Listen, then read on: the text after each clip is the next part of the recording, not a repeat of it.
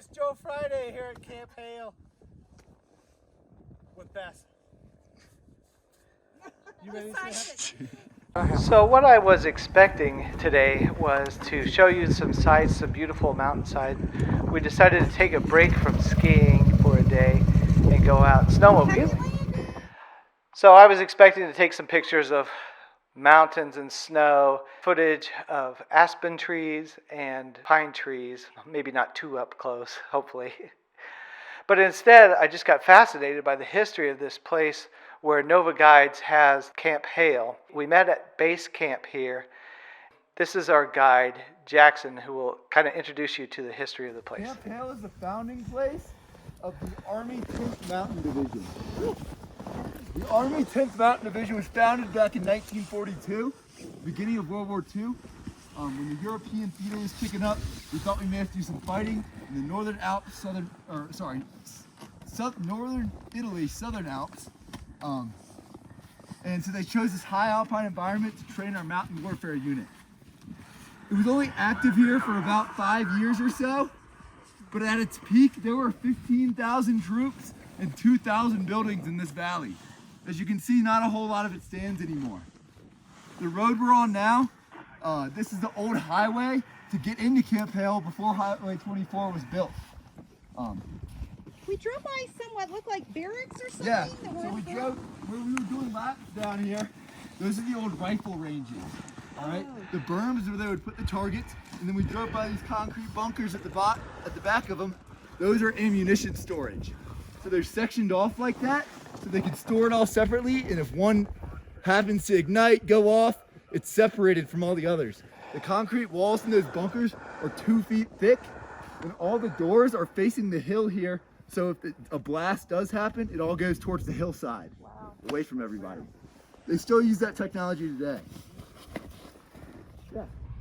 Skiing was a thing in the United States starting in the 1930s. Lake Placid hosted the Olympics, where there were ski jumps and ski races and things like that. The elites in Hollywood liked to ski, but it was definitely not a commoner activity. In 1940, the Finns were invaded by Russians. They were able to repel the attack. The American creator of the ski patrol was named Charles Minnie Dole. He thought it was his patriotic duty to offer the ski patrol that he created of 93 people to train up a winter army of United States soldiers. The thinking was, if the war continued and came to the shores of North America, it would start by the Germans invading Canada and then working their way down from our northern border. And in order to defend ourselves, we would need an army trained in winter warfare. The Army eventually agreed with Minnie Dole and agreed to let him be in charge of the mountain fighters and their training. So he began to look for a place. He went about looking for a location that could provide infrastructure to get people into it and had rail access for building materials, and then it would have to have the terrain, probably the most important part, where they could build some ski slopes and rock climbing areas. They decided on the spot in Colorado that was close to US 24 highway. It already had rail access because of the mining industry in Colorado, and the terrain was ideal. The construction project took 8 months to build 1,000 buildings. They were to house 15,000 individuals. It ended up being only 13,000 soldiers, but it had a hospital, barracks, mule barns. They had stables that held 4,000 mules, essential in mountain fighting, a rifle range, a chapel, a warehouse, 2 movie theaters. They spent years training there on 7-foot skis made out of hickory. They used bamboo chutes for poles. And there were some other innovations along the way. For example, they invented this snowmobile. It's a tractor that's adapted to the mountain terrain. But you can see here, it looks pretty primitive, but that is the precursor to what we're riding today.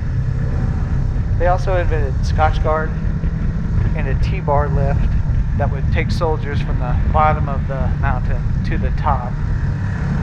In 1944, the 10th Mountain Division was sent to Italy to break German supply lines. This was in the Apennines in northern Italy, where the Germans were bunkered down, and they had the high ground in warfare. But they were completely surprised when the 10th Mountain Division scaled a 2,000-foot cliff to attack them from the rear. They were expecting, if they were going to be attacked, by an advance from the slope side, not from the cliff side. Germans were awoken by grenades raining down on them from the wrong side. No U.S. soldiers were killed during the first night, nor the second night, but during German counterattacks, 1,000 of the soldiers ended up dying, and 4,000 were wounded. One of them was our Kansas Senator, Bob Dole. It effectively ended the war in Europe. This was in 1945 in March. Then in April, Hitler killed himself, and then in May, the Germans acquiesced or surrendered. They requested they be allowed to surrender to the 10th Mountain Division, their deadliest foe. After the war, the soldiers returned to mountain life. This is where they came from. They were trappers, they were blacksmiths, they were fishermen and farmers, and they loved this place. So the government gave away the skis and the poles and the supplies that they had used, and those were sold at Army surplus stores. So the public was introduced to the sport of skiing. They could buy skis and poles and things like that. The veterans of the 10th Mountain Division retired and started careers of their own, often embracing the outdoors and the sport of skiing. Some of them founded resorts. For example, Vail, Aspen, Arapahoe Basin, Steamboat, and Winter Park were all founded by veterans of this division.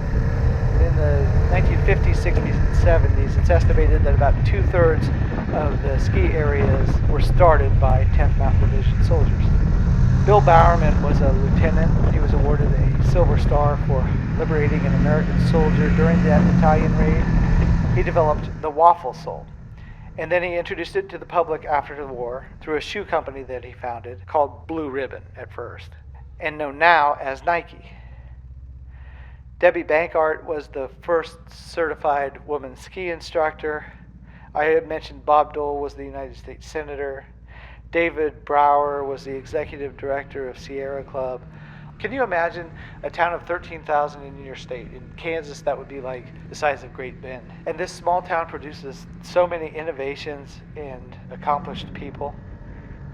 POWs from Germany were kept there during the end of the war, and they disassembled, in most part, Camp Hale. They didn't completely decommission the place. It was kept around and later used to train Tibetan soldiers by the CIA. In the 1980s, it went back to the federal government, and the 10th Mountain Division is still around today. They were the first ones in Operation Enduring Freedom in the Afghan mountains, and then they were the last ones out. As you can tell, I was fascinated by the history of this place, Camp Hale, and a special thanks to our guide from Nova, Jackson. Until next time, Happy landings!